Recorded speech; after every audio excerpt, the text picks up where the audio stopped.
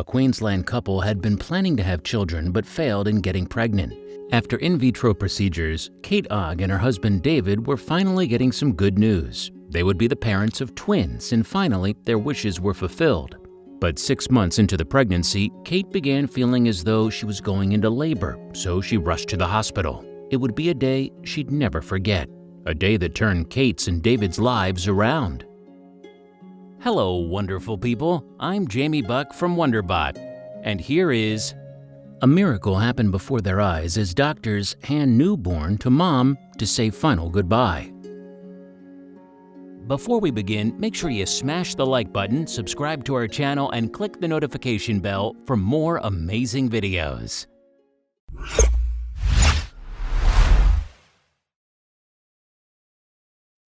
Kate and David Ogg were going to finally be parents for the first time, but it seemed like the twins were in a hurry when they wanted to be born at only 26 weeks. Kate had no idea that she would be the one to perform a miracle that day. Kate and David were a happy couple and wanted to have a family of their own. After in vitro fertilization, Kate was finally feeling those pregnancy symptoms, and when the test came positive, the couple was excited. Weeks passed and Kate felt a little strange, as if she was going into labor. However, it was too soon. Kate knew that fertility treatment came with a lot of risks, but a lot more stress was added when she realized she was getting into labor at only 26 weeks into pregnancy. Premature babies are in a lot of danger, but giving birth to twins at 26 weeks is far more dangerous. Unfortunately, Kate would find this out in the delivery room. It was the 25th of March 2010 when Ms. Ogg rushed to the hospital ready to give birth to her son Jamie and her daughter Emily. The boy was born first, and 2 minutes later, Emily followed. But something was wrong with one of the babies, thought the exhausted mother. She only heard one cry,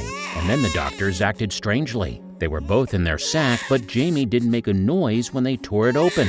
Emily let out a big wail, said the mother. Something was wrong, she saw, as everyone in the delivery room was around Jamie. While giving birth, Kate thought about how her life would be with the baby she always wanted to have. Now that she only heard a cry from one of the babies, she was waiting for the second one. But the only noise around her was made by the doctors rushing to one of the babies. Kate hoped for the best, and she was waiting to hold her babies. After carrying them for only 26 weeks, she wanted to give them all the love in the world.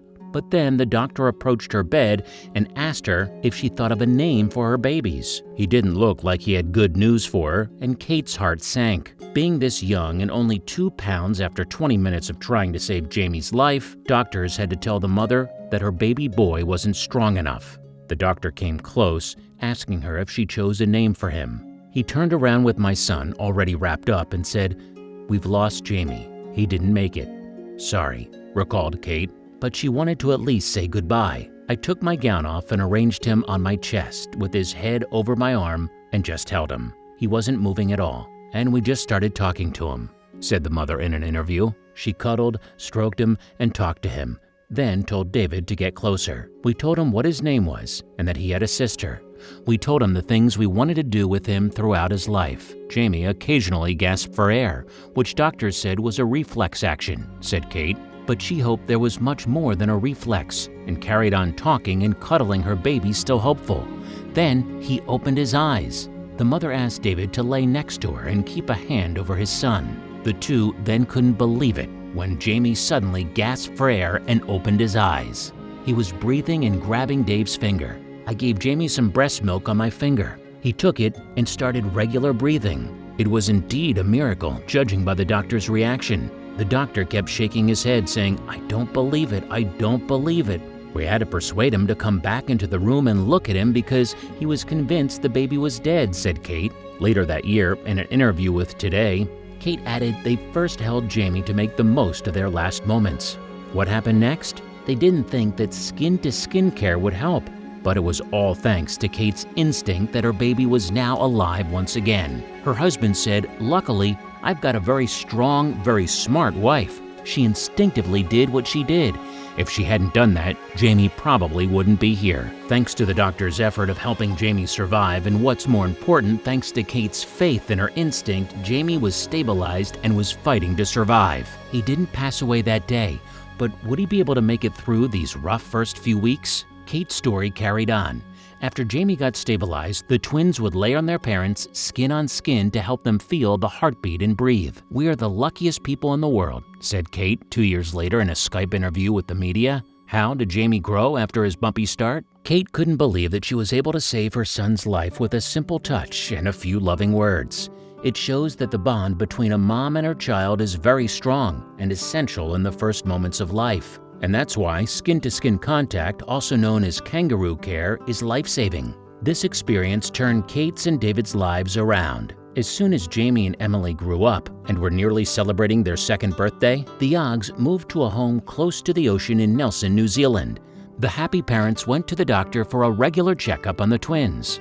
The good news? Everyone was concerned that because of his bumpy start, Jamie would have some health issues, but Kate said that the checkups showed that the twins were healthy and developing normally. He is absolutely fine. The biggest concern they had was cerebral palsy because of the lack of oxygen, but there's been nothing. Then Kate had one more surprise to share with the world. One big news Kate had was that she found out that she was again pregnant. Although she didn't take fertility treatments, she is now pregnant with a third child. And this time when she went to the delivery room, she told the doctor her plan right after giving birth. "Just give him to me when he's born," she told the doctor. In the interview, she explained that she was confident in telling doctors what she wanted to do with her baby. As a result, she ended up holding Charlie for 3.5 hours after giving birth. Charlie was born at term and was quite fat, thus Kate nicknamed him My Little Sumo. Jamie is now a 9-year-old healthy boy. His family has started an online community called Jamie's Gift, and they raise funds for an organization called Miracle Babies Foundation that helps premature and sick newborns. A few years ago, Kate and David told the twins what happened the time they were born. When they told them what had happened, they weren't expecting Emily to be the most affected. Emily burst into tears. She was really upset and she kept hugging Jamie, Kate said. Jamie seemed to take it in stride, but there was another person who loved the story so much he tells it to anyone who listens. He'll say, "When I was born, I was fat and the twins were skinny. Jamie was also dead, but now he is alive." Fully aware of the miracle that was Jamie's survival, the Oggs decided to pay it forward. Not only did they set up Jamie's Gifts, but also some of their fundraising efforts include sports events like the one David was recently training for, an Ironman triathlon in Port Macquarie. This powerful story shows that one mother's instinct and the father's support helped bring their baby back to life after even doctors lost their hope. It's incredible to see little Jamie growing up so big. Looking at the happy family, we can only hope that more moms know how essential skin-to-skin contact is in the first moments after birth and how much good it can do.